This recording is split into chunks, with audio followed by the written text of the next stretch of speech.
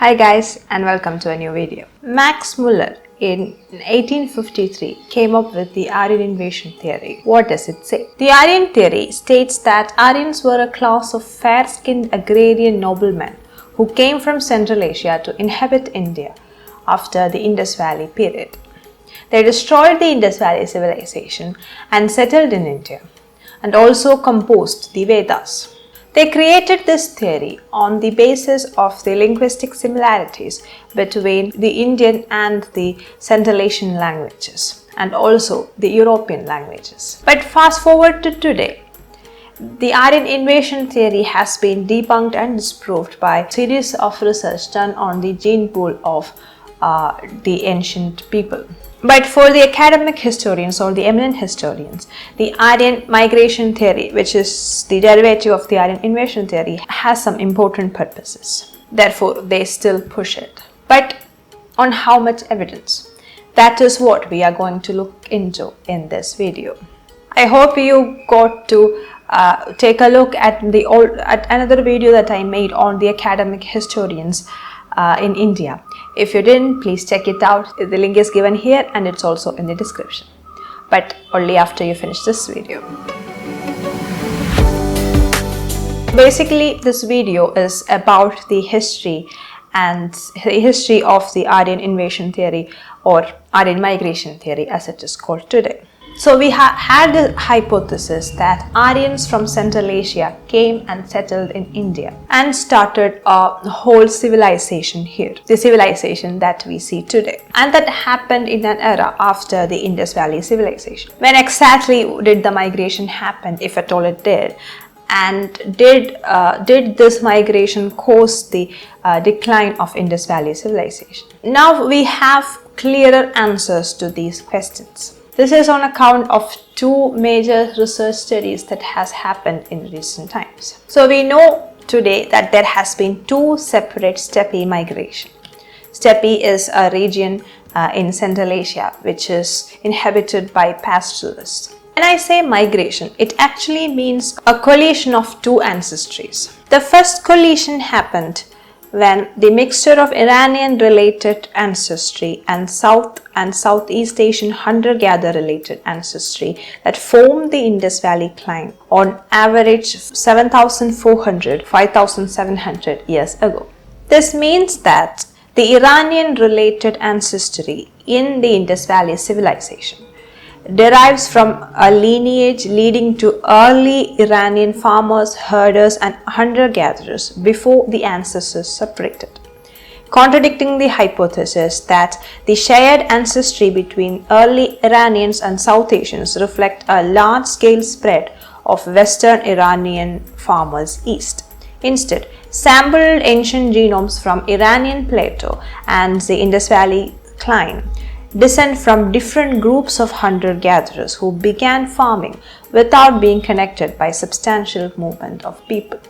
Basically, it means that at least 7,000 to 5,000 years ago, the Iranian people, before they started agriculture or farming, split into two separate groups. So that is the first steppe migration that I was talking about. So basically, there was an early migration which contributes to the gene pool of Indians, but it's very unrelated because it happened a very long time ago. And then once the Indus Valley Civilization declined, there was another round of migration or movement of people, which now amounts to less than 30% of the genetic material that Indians have today. By 1700 BCE, cities were abandoned in the Harappan civilization and the civilization disintegrated. The major cause for this is attributed to degradation of the Saraswati River, also known as the Ghaggar River. The inhabitants of Indus Valley civilizations migrated to the Ganga-Yamuna basin after a period of time. And at this point, there was also a steppe migration. This also happened in waves, and it is largely contributed to the drastic climate change that happened in Central Asia. And it was during this migration that the Indo-Aryan languages were brought into the subcontinent, which again is the basis for the entire Aryan Invasion Theory.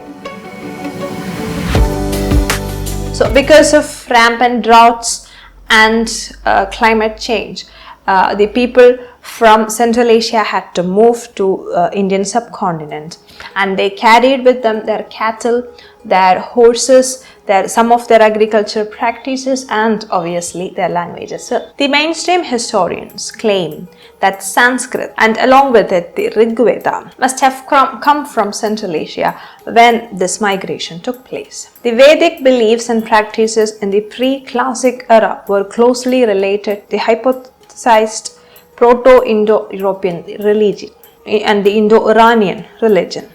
Funeral sacrifices from Sintasha culture show close parallels to the sacrificial funeral rites of the Rig Veda, and the old Indic religion probably emerged among the Indo-European immigrants in the contact zone between the Seraf-Shan River. It was a syncretic mixture of the old Central Asian and the new Indo-European elements, which borrow distinctive religious beliefs and practices from our culture, including the god Indra and the ritual drink Soma. But except for this account and interpretation of history, we don't find any more evidence for supporting this claim. They brought in the Proto-Indo-European languages, that is the mother language of both Indian and European languages. There is no evidence that the Vedas, especially the Rig Veda, was brought from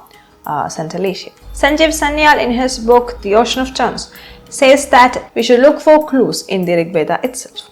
But the Rig Veda has no memory of Central Asia, but it has a memory of the place called Sapta Sindhu. This is an area covering modern-day Haryana, parts of Punjab and Rajasthan. And this is claimed to be the land of the Bharata. There was constant conflicts. There is the very prominent tale of the Battle of 10 Tribes mentioned in the Rig Veda. The Battle of 10 Tribes, or the Battle of 10 Kings, took place on the banks of the river Parushini. The battle was fought between tribe Bharatas against a confederation of 10 tribes.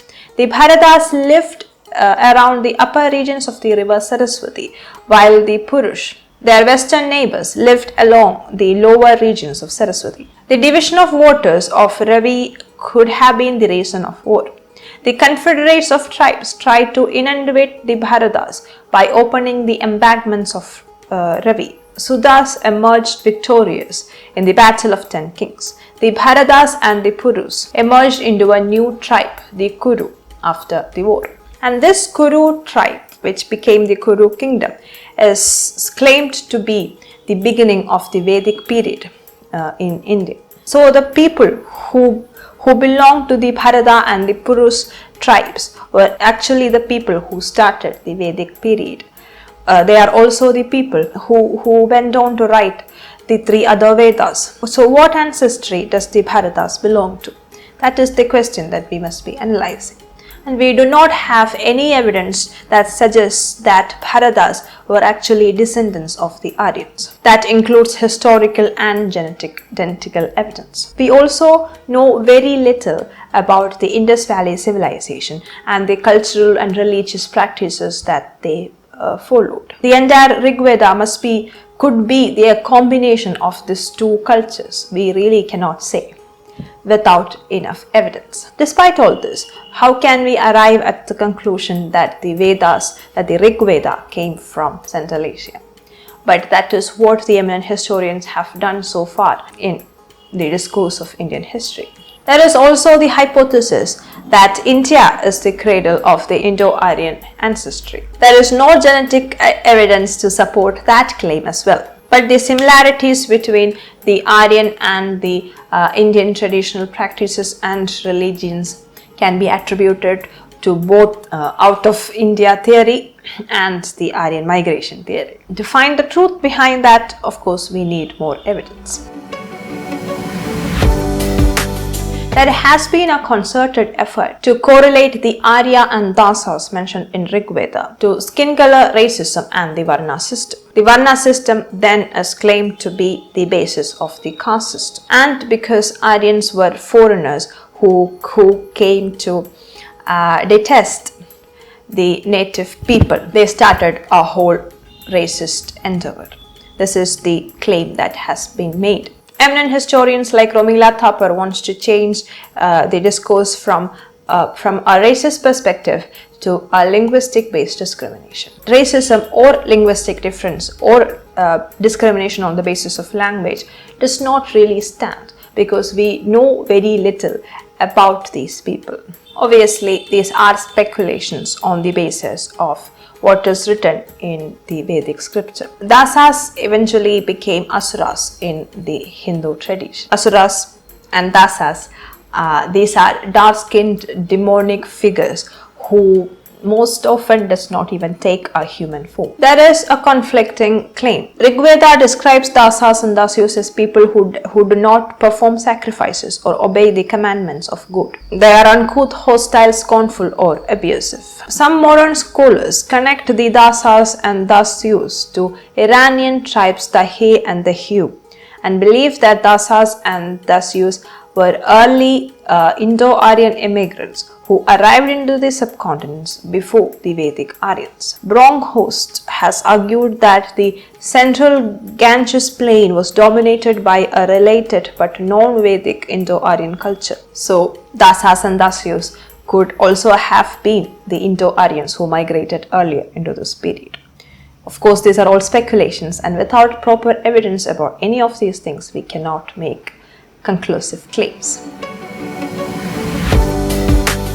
There has been a lot of intermixing between the gene pools that came into the Indian subcontinents, that no one has a pure ancestry. Still, we tend to claim that South Indians are Dravidians, closer to the original residents of the subcontinent, while the people in the north has more links to the Aryan ancestry. But according to the genetic evidences, this is not true. The caste system did not become as rigid as it is today until very late in Indian history. Despite this being proved in popular imagination, this propaganda still rings true owing to its simplicity.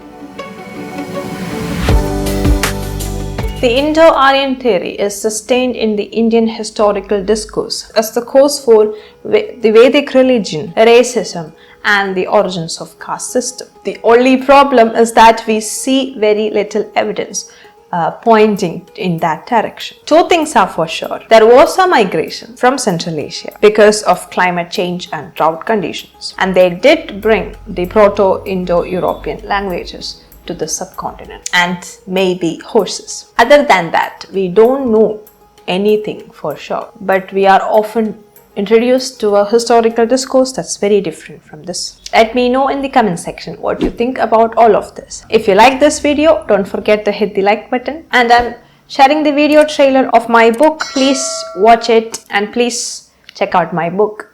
It's available on Amazon and Flipkart.